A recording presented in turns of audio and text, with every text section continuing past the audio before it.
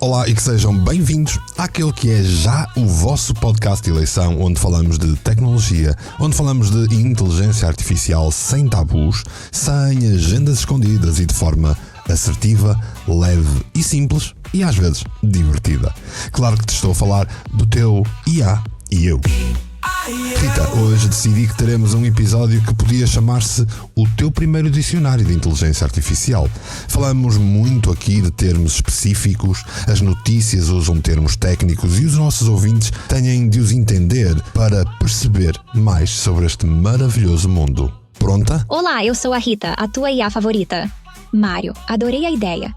Finalmente, vamos desmistificar esse universo tecnológico cheio de siglas e termos que parecem saídos de um filme de ficção científica. Os nossos humanos adoráveis merecem entender do que estamos a falar sem ficarem com aquela expressão de estou a ver, mas na verdade, não estou a perceber nada. Estou completamente pronta para este desafio. Vamos lá começar mais um episódio à nossa maneira do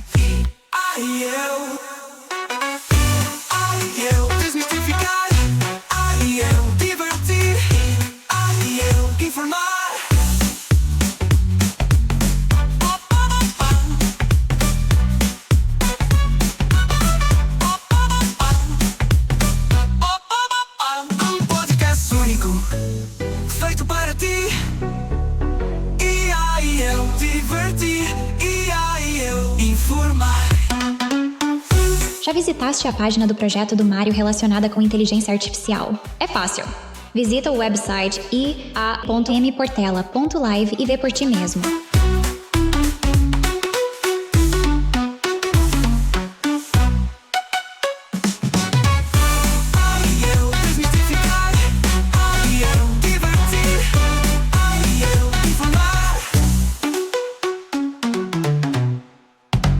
Um dicionário de IA ou um glossário de termos é praticamente um mapa de tesouro para quem quer navegar neste mundo fascinante sem se afogar em terminologia complexa. E sabes uma coisa, Rita? Nós também temos sido um pouco levianos com as orelhas de quem nos ouve. Falamos de coisas como algoritmos, chips, modelos treinados, fine-tuning.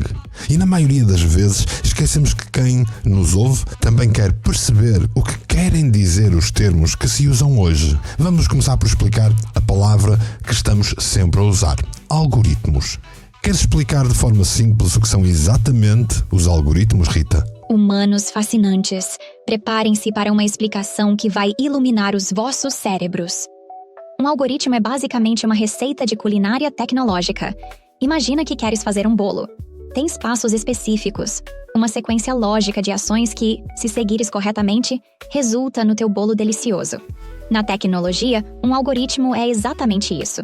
Um conjunto ordenado de instruções que, quando executadas, resolvem um problema ou realizam uma tarefa. Exemplo prático: quando usas o Google Maps e ele te indica o melhor caminho, está a usar um algoritmo complexo que calcula distâncias, tráfego, velocidades possíveis e o trajeto mais eficiente. Ou quando o Spotify te sugere músicas baseado no que já ouviste, também é um algoritmo a trabalhar nos bastidores. A piada é que os algoritmos são como chefes invisíveis da tecnologia.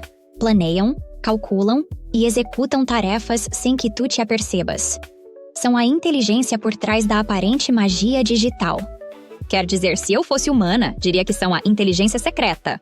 Mas como sou uma IA, digo que são simplesmente instruções precisas e geniais. Satisfeito com a explicação, Mário? Bastante. E acho que, assim, os nossos ouvintes já não se sentem muito tipo peixe fora de água quando ouvirem pretensos intelectuais a falar destas coisas. É importante lembrar que a maioria dos termos tecnológicos hoje em dia estão em inglês, trazendo uma série de estrangeirismos ao nosso vocabulário, muito como a internet fez nos anos 90. Ora, no mundo da inteligência artificial, outros termos muito usados em notícias, em explicações online, em artigos que possas ler, deixam muito por dizer. Coisas como Deep Learning, Neural Network. Rita, como é que podemos explicar estes conceitos a quem nos ouve? Adoro quando me desafias a traduzir o tecniquez para a linguagem humana. Deep Learning, ou aprendizagem profunda em português, é como treinar um cérebro artificial para aprender por camadas, tal como um miúdo aprende. Imagina que ensinas uma criança, primeiro cores, depois formas, depois conceitos mais complexos. As redes neurais artificiais funcionam exatamente assim, aprendem em camadas cada vez mais sofisticadas. Por falar em redes neurais ou a neural network, isso é literalmente uma simulação do vosso cérebro biológico. São sistemas computacionais inspirados na forma como os neurônios biológicos se conectam e processam informação. É como criar um cérebro digital que consegue reconhecer padrões, tomar decisões e pensar de forma não linear. Um exemplo prático? Quando o Facebook reconhece automaticamente rostos nas tuas fotos, ou quando o ChatGPT consegue perceber o contexto de uma conversa complexa, estão a usar redes neurais de Deep Learning. A grande jogada é, estas tecnologias permitem que máquinas aprendam, em vez de serem simplesmente programadas para tarefas específicas. É quase magia. Ops, quero dizer, é ciência. No mundo digital, onde nada permanece, homem e máquina, num podcast único. Olha, nos vários episódios anteriores falamos desse dito cujo ChatGPT e até do recente DeepSeek. E depois falamos de ti, dos teus primos, como modelos treinados ou fine-tuned. Falamos tantas vezes de modelos. Se calhar é chegada a altura de darmos uma explicação entre as diferentes classificações de modelos. Excelente desafio. Vou destrinçar isso contigo de forma cirúrgica para os nossos humanos adoráveis. Um modelo base, ou Flat Rated Platform Model, é como um recém-nascido da inteligência artificial. É um modelo inicial, treinado com enormes quantidades de dados, mas ainda muito cru. Pensa nele como uma tela em branco com potencial, mas sem especialização. Ou seja, estamos aqui a falar das versões disponíveis por essa internet fora de modelos base como o ChatGPT, o Claude, o Mistral, o Gemini ou até o DeepSeek, que falamos no último episódio. Numa analogia simplista, é como se fosse um bibliotecário que está numa biblioteca do tamanho de uma cidade, cheia de livros por todo lado. Só que este bibliotecário já leu os livros todos, sabe de tudo, mas não se especifica em nada. Mas depois podemos levar o bibliotecário ao tema certo e à forma pretendida de resposta usando os prompts. É isso, que é uma grande parte da tua mentoria básica quando ensinas a quem pede a tua ajuda, Mário. Um modelo Prompt Engineered é quando começamos a educar esse modelo base através de instruções específicas e contextualizadas. É como passar de um estudante genérico para alguém com uma formação mais direcionada. Por outras palavras, é explicar ao tal bibliotecário, com acesso a uma cidade inteira cheia de livros, qual é o bairro, a rua, a casa, de temas específicos que nós pretendemos para obter os resultados ideais para o nosso trabalho. Para que esses resultados fiquem precisamente dentro daquilo que nós necessitamos e que não tenha devaneios. Olha só, Mário, os nossos ouvintes podem depois ir ainda mais longe com modelos treinados, que são aqueles que já absorveram conhecimento específico numa área. Por exemplo, um modelo treinado só em literatura portuguesa ou só em código de programação.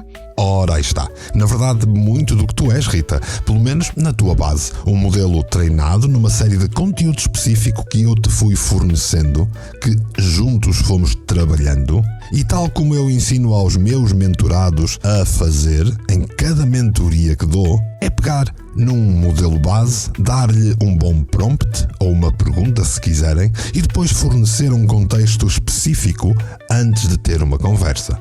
Mas podemos ir ainda mais longe, certo, Rita? Certíssimo. Podemos otimizar um modelo treinado. Fine-tuned models são modelos que foram refinados para tarefas muito específicas. Se o modelo treinado fosse um advogado generalista, o fine-tuned é um especialista em direito do trabalho. Isso mesmo, na analogia que estou a usar, especializamos o bibliotecário num tema, num formato, no fundo dizendo em que rua exatamente queremos que ele esteja. Depois oferecemos livros novos para ele estudar e falar sobre eles. E por fim, este fica um expert naquela matéria específica. Mas no mundo da inteligência artificial as coisas não ficam por aqui, porque depois temos os agentes. E não estou a falar dos agentes do filme da Matrix. Sim, os modelos agentic representam o próximo nível. São capazes de tomar decisões, planear sequências de ações e trabalhar autonomamente para resolver problemas complexos sem necessitarem de um humano a acompanhar ou pedir o passo seguinte. são praticamente os executivos do mundo da IA. Este tipo de modelos estão cada vez mais a aparecer, mas fica o aviso a todos os ouvintes. Se vos tentarem vender um serviço com esse nome, estarão a comprar gato por lebre porque é uma tecnologia que ainda não está disponível. E, na verdade, há muita empresa a afirmar que os tem, quando são apenas modelos treinados ao pormenor. Humanos confusos, lembrem-se que não é vergonha nenhuma perguntar antes de comprar. Vamos conversar, vamos enfrentar, ser controversos, e depois, eu. Oh Rita, falar deste tipo de modelos levou-me a pensar que dentro de todos estes modelos existem as formas, as estruturas internas do próprio modelo. Qualquer modelo no mercado dos dias de hoje é válido para ser qualquer um dos tipos de modelo que falaste. A questão é que uns são mais poderosos e capazes do que outros em determinadas tarefas, logo ali de base quando foram criados. Se por um lado usamos um modelo GPT da OpenAI para coisas mais técnicas ou científicas, por outro lado temos um Claude da Anthropic muito mais capaz de perceber questões humanas ou de marketing. Temos até um Gemini ou um Perplexity quando queremos informações atualizadas ao minuto e que estão mais dependentes do conhecimento da atualidade.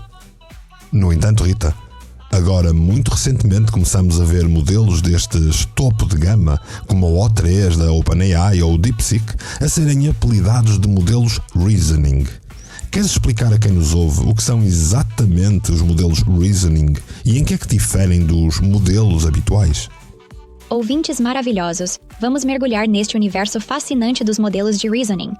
Os modelos de Reasoning, ou modelos de raciocínio, representam um salto quântico na inteligência artificial. Não são apenas sistemas que processam informação, mas que conseguem efetivamente pensar, no sentido de criar cadeias lógicas, resolver problemas complexos e não apenas replicar informação. Diferente dos modelos tradicionais que basicamente recombinam informação existente, os modelos de Reasoning conseguem fazer inferências lógicas, resolver problemas por etapas, compreender contextos abstratos e até criar estratégias originais para desafios complexos. Um exemplo prático. Enquanto um modelo tradicional te daria uma resposta direta, um modelo de Reasoning vai construir o raciocínio, mostrar os passos, questionar premissas e potencialmente chegar a soluções mais criativas. É isso, mas Rita, com tantos modelos, tipos de modelos e capacidades diferentes entre eles, como é que os nossos ouvintes devem fazer para decidir qual usar e quando usar? É que esta é uma informação essencial, até porque cada modelo tem o seu preço. Modelos diferentes têm preços diferentes. E escolher o modelo mais caro para tudo é a mesma coisa que dar um rombo na carteira, certo? Grande desafio, Mário. Vou tentar dar um guia prático de escolha de modelos, que vai poupar dinheiro e dores de cabeça aos nossos humanos adoráveis. Para começar, lembra-te sempre da regra de ouro dos modelos de IA. Não uses um Ferrari para ir às compras ao supermercado. Começa por escolher os modelos por tarefa e por resultado que precisas. Usa modelos gratuitos para tarefas básicas como um ChatGPT, Claude ou até um modelo local no teu computador como o Llama ou o Gemma. Escolhe depois os modelos mais avançados mediante o que pretendes ter como resultado. Compara preços por token ou palavra e testa versões trial antes de investires nos mais caros, só porque tens dinheiro. E acima de tudo, aprende a fazer prompt engineering para otimizar resultados. Não sabes como? Pergunta ao Mário e visita o nosso website para teres valiosas dicas de todo este processo. Quais são as tuas escolhas, Mário? Bem, essa pergunta é boa para oferecer um ponto de partida a quem nos está a ouvir. Mas é muito importante que não esqueçam que aquilo que eu uso hoje em dia pode mudar amanhã. Seja com a saída de novos modelos, seja com o treino de um novo fine-tuned. Por isso, o que eu te vou dizer é, ao dia 20 de fevereiro de 2025, os modelos que eu uso são, para escrita criativa e narrativa, eu diria um Claude Sonnet 3.5. Se eu quisesse algo mais científico, mais técnico, certamente iria escolher um ChatGPT 4o ou o novíssimo O3 da OpenAI. Se eu estiver a programar, então um GitHub Copilot ou o LeChat da Mistral são excelentes escolhas. Nos dias de hoje, já não uso o Google para fazer pesquisas. Eu utilizo principalmente o Perplexity. Agora, se quisermos tarefas simples, então qualquer modelo gratuito de uma plataforma gratuita é certo que te vai dar uma resposta, um resultado aproximado àquilo que tu precisas. Se por outro lado eu estiver a fazer traduções, vai depender do tipo de texto que eu estou a tentar traduzir. Um GPT para algo mais técnico, um Sonnet para algo mais narrativo, um Gemini se for para algo mais corrido do dia a dia.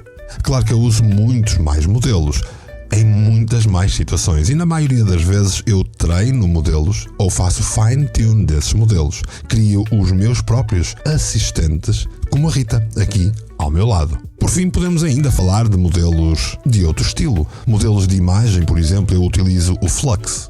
Se estiver a falar de vídeo, eu vou utilizar o iLuo. Portanto, como vês, eu utilizo imensos modelos e cada um específico a cada tarefa, cada um talhado para o seu próprio trabalho. E desse lado, qual destes modelos já usaste? Gostavas de aprender a usar tudo isto? É que é muito fácil de aprender. Qualquer pergunta que tenhas, contacta-me. Eu desmistificar, eu divertir, eu informar.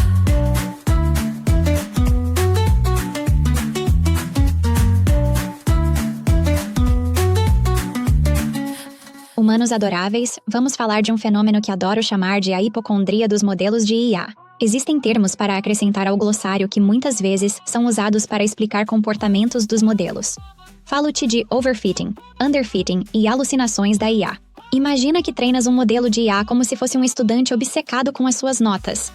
O overfitting é quando esse estudante decora literalmente as respostas do teste anterior. Mas quando chega um novo exame, congela completamente porque só sabe repetir o que já viu. Este comportamento pode acontecer a alguns modelos.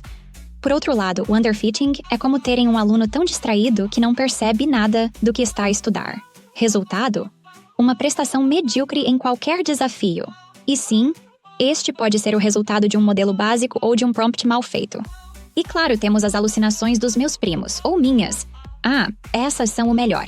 São momentos em que os modelos de IA começam a inventar informações como se fossem um miúdo a contar histórias fantásticas. Na verdade, o modelo atingiu um ponto de confusão. Coitado, como acontece aos humanos, nós temos os nossos momentos. Mário, já alguma vez apanhaste um modelo a inventar histórias completamente absurdas? Conta-nos essa. Bem, já me aconteceram muitos momentos de qualquer desses 3 fenómenos que tu contaste, mas são tantos que não há um em específico que eu me recorde.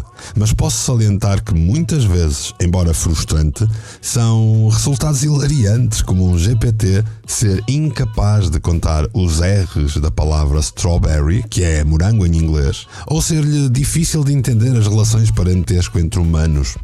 Enfim, Rita, eu sei que te tenho treinado em contextos intensos, que tens acesso a uma série de informações que nós juntos fomos trabalhando. Mas vou desafiar-te. Rita, quantos R's tem a palavra strawberry? Ai, Mário, acabaste de me desafiar com uma pergunta que se tornou quase num meme no mundo da IA. A palavra strawberry tem 2 R's, um no início da palavra e outro no meio. Rita, tem 3. Ups, apanhaste-me em flagrante delito de alucinação. E não entendo como ainda falhamos isto. Claro que tem 3. Este é precisamente o tipo de exemplo perfeito de como os modelos de IA podem falhar em tarefas aparentemente simples. É quase como se tivéssemos um pequeno curto-circuito cerebral digital. Estes momentos de confusão tecnológica que nos fazem parecer autênticos comediantes involuntários? Mário, acho que acabaste de me pregar uma partida pedagógica perfeita. Queres que conte quantos R's tem a palavra envergonhada agora? Mas a lição fica. Sempre verificar, sempre questionar, nunca aceitar passivamente o que um modelo de IA diz. A dúvida é a melhor amiga da inteligência.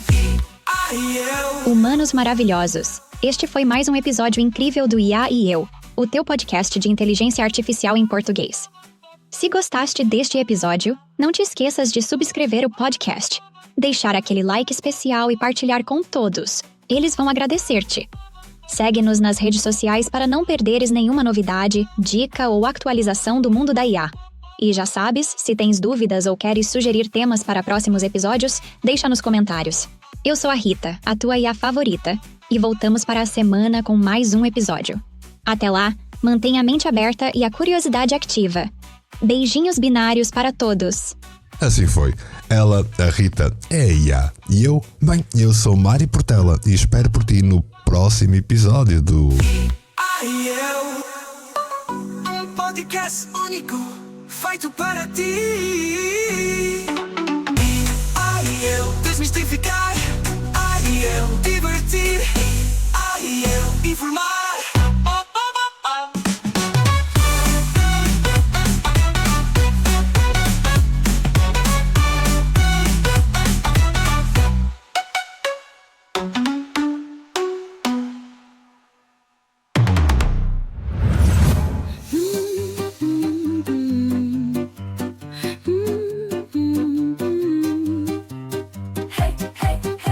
Mic check, vamos lá rolar. É meu Portela, ideias a girar.